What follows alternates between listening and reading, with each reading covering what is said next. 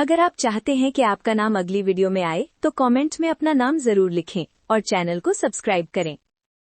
दूर एक घने जंगल के दरमियान लकड़ियों से बना एक छोटा सा कॉटेज था। छोटा जरूर था, लेकिन उसके अंदर रहती थी एक बड़ी सी दुनिया। यहाँ रहती थी दुआ अपने 2 भाइयों के साथ, सुभान और जोहान। उनके वालिदैन सालों पहले एक जंग में गुजर चुके थे, मगर सुभान और जोहान ने कभी दुआ को महसूस नहीं होने दिया कि वो अकेली है।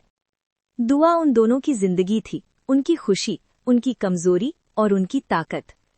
हर सुबह जब सूरज की पहली किरण खिड़की से अंदर आती, दुआ उठकर ठंडे पानी से मुंह धोती और अपने भाइयों के लिए नाश्ता बनाती। दुआ, पराठा ज्यादा क्रिस्पी बनाना, जोहान हमेशा मुस्कुराते हुए कहता। सुभान हल्का सा हंसकर कहता, अपना ख्याल रखना, हम शाम तक लौट आएंगे। और फिर दोनों भाई लकड़ियां काटने जंगल के गहरे हिस्से की तरफ निकल जाते। एक दिन जब दुआ घर साफ कर रही थी, अचानक बाहर से कमजोर सी आवाज आई, बेटी, कोई है? मेरी मदद करो। दुआ लुक गई।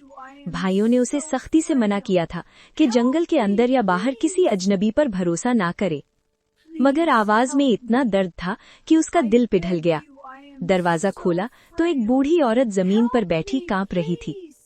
मैं रास्ता भटक गई हूँ, मुझे घर तक छोड़ दो बेटी। दुआ ने सोचा, सुभान भाई और जोहान अभी देर से आएंगे, मैं जल्दी वापस आ जाऊंगी। मगर उसे नहीं पता था कि वो किस अंधेरे की तरफ कदम बढ़ा रही है। जंगल के अंदर जाते जाते हवा तेज होने लगी, दरख्त अजीब सी आवाज करने लगे। दुआ ने घबराकर बूढ़ी औरत का हाथ छोड़ना चाहा, मगर उसकी पकड़ लोहे जैसी सख्त हो चुकी थी।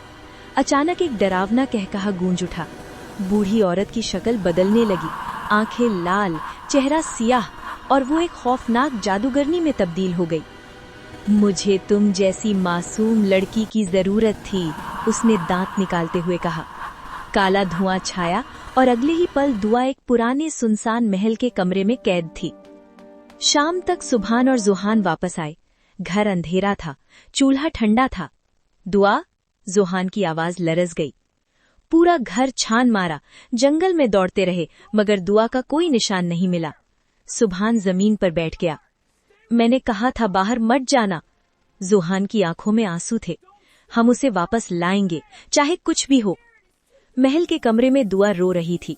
तभी खिड़की के पास एक सफेद हंसा बैठ गया। उसकी आंखें अजीब सी उदासी से भरी थीं।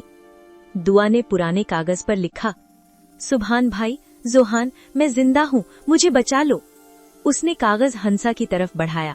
हंसा ने सर हिलाया, फिर कमरा सुनहरी रोशनी से भर गया। मैं ये पैगाम पहुंचाऊंगा, मगर एक शर्त पर। दुआ का दिल तेज धड़कने लगा।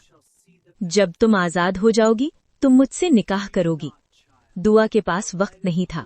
अपने भाइयों के लिए उसने हाँ कह दी। हंसा खिड़की से उड़ गया।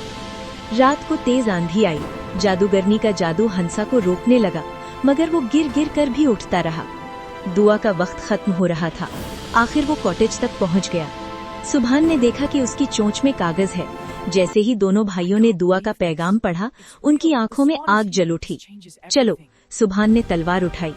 जोहान ने कहा, इस दफा हमें कोई नहीं रोक सकता। 10 तारीख की सुबह जादूगरनी ने उबलते पानी की देग तैयार कर रखी थी। दुआ को घसीट कर लाया गया। अब तुम्हारा खून मुझे हमेशा जवान करेगा, वो हंसी।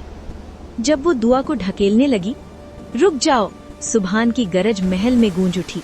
दोनों भाई तलवार लेकर दौड़ पड़े। जादूगरनी ने जादू चलाना चाहा, मगर भाइयों की मोहब्बत उस पर भारी थी। जोहान ने दुआ को दूर खींच लिया। तभी आसमान से वही सफेद हंसा नीचे आया और जादूगरनी की आंखों पर वार किया। वो चीखती हुई उबलते पानी में गिर गई। एक जोर की चीख और सब खत्म। दुआ भाइयों से लिपट कर रो रही थी, मगर फिर उसकी नजर हंसा पर पड़ी। उसे अपना वादा याद आया। उसने सब सच बता दिया। सुभान गुस्से में था। कोई परिंदा मेरी बहन का हकदार कैसे हो सकता है? मगर दुआ ने कहा, इसने मेरी जान बचाई है। तभी सुनहरी रोशनी छा गई। हंसा हवा में उठा और एक खूबसूरत नौजवान में तब्दील हो गया। मैं एहसान हूँ, एक शहजादा। मुझे भी जादूगरनी ने बदल दिया था। मैं तब आजाद होता जब कोई सच्ची लड़की मेरी इस हालत में वादा करती। सुभान और जोहान ने एक दूसरे को देखा। सुभान ने दुआ का हाथ एहसान के हाथ में रख दिया। तुमने मेरी बहन बचाई है, हम तुम पर भरोसा करते हैं। तीनों वापस अपने छोटे से कॉटेज आए। जंगल के दरख्त हवा में झूम रहे थे। वहीं फूलों के दरमियान दुआ और एहसान का निकाह हुआ। सुभान और जोहान ने खुशी से जश्न मनाया और उस दिन सब ने समझा, जहां भाइयों की हिफाजत हो और सच्ची मोहब्बत हो, वहां अंधेरा कभी नहीं जीत सकता।